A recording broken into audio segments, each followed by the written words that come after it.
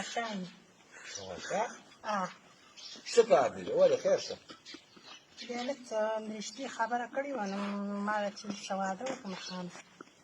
چا شه دا مخامخ هلک دی دا د کوم ځای دا خو زه ښځه نه کوم څه زه خو ما ته اوسه پورې ما سندېږي ته اوسه پورې ما سندېږي ما غږ هم نه دی کوي زما د خوله ماته چې کومه لکه د ګونځه یا د شته کومه یا دغه کومه خو سندونه کې بس کله د اختر مرکه راغلی بس اوس به ځمه نه ته دا ګیاګانې کې چې ته دې لیدلی که نه ګیاګانې کومه خو د چا خواله نه وردم نه نو دوی ویل چې زما سره زمونږ په پټي کې هر وخت ګیال او غنو له راځي نه د چا پټونه راغلی زه چې زنانه وي زه خو ته پرده کوم زه خو ته پرده کوم نو خپله دې راته تلیفون کړی اوس دې راته دې وړ اوس خبرې وکړې او زه د پلار نه پټه راغلم ما چې دلته رشته وکړم بیا ماته موقع نه میلاوېږي نه زه رشتې په ساز نه ملل چې رشتې په ساز خو په دې چې شرمومه دې دا کومه خبره ده زه صرف ستا سره رشته کوم زما خوښ دي اوس دا کار وکړه کښېنه خواران وخوره چې بیا د بل چا څه واده نه کوم که ابو خواته څه خبره سپینه که کېنه اوسه که نه خبره ته وکېنه که نه نه د بل چا سبا نه کې نه نه دې چا څه وکړو یو الله ته مو وعده ده چې الله به جنت راکړي روپیو لیوني دا شنه کې لیوني دا شنه کې بیا دې ما له خانه 100 روپۍ راکړي زه کور ته ټکټ بیا ځم زه بیا نور څه کوم درته ما مجبور روپۍ ورکړه چې ځي 100 روپۍ له ورکړه بیا دې 100 روپۍ راکړي زه تاله روپۍ در کوم که نه راشه بونیره زه بیا ورکړم دې له مړه زی ورسره کور یې ته معلوم دی مونږ یې ولا کور ته ځو ته خو راشه زما خواله نه نه ما نه پرې ما نه زه به روپۍ در کړم زه ته راغلم بونیره یو منټ اوس مې خبره وکړه ته دلته کښېنه کورې ته دلته کښېنه ته ورانې مه کوه که نه ته سړی مه پازه بوځم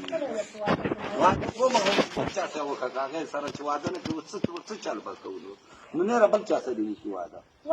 ورته ووایه بل چا سره نه زه د واده والا نه یم قصه ورته خپله وکړه که نه نو خپله قصه ورته وکړه کېنه اوسه زه د واده والا نه یم واده خلک روغ ولا کې لیوانونه څونه کې لیونی چې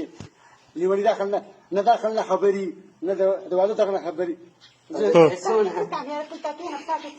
ما كنت كان لك قصيدة غني قوم ومن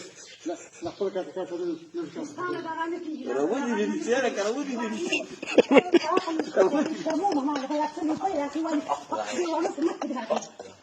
يلا فتما بهذا فيدرا يلا يلا فتما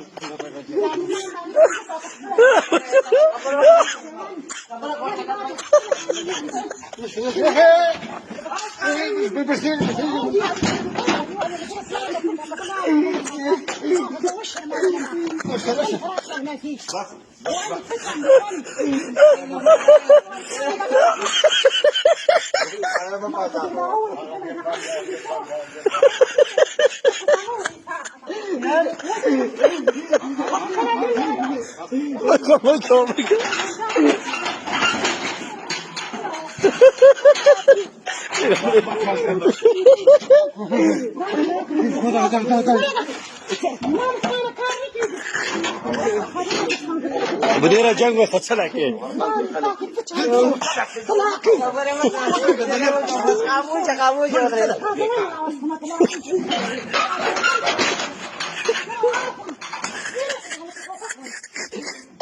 تدري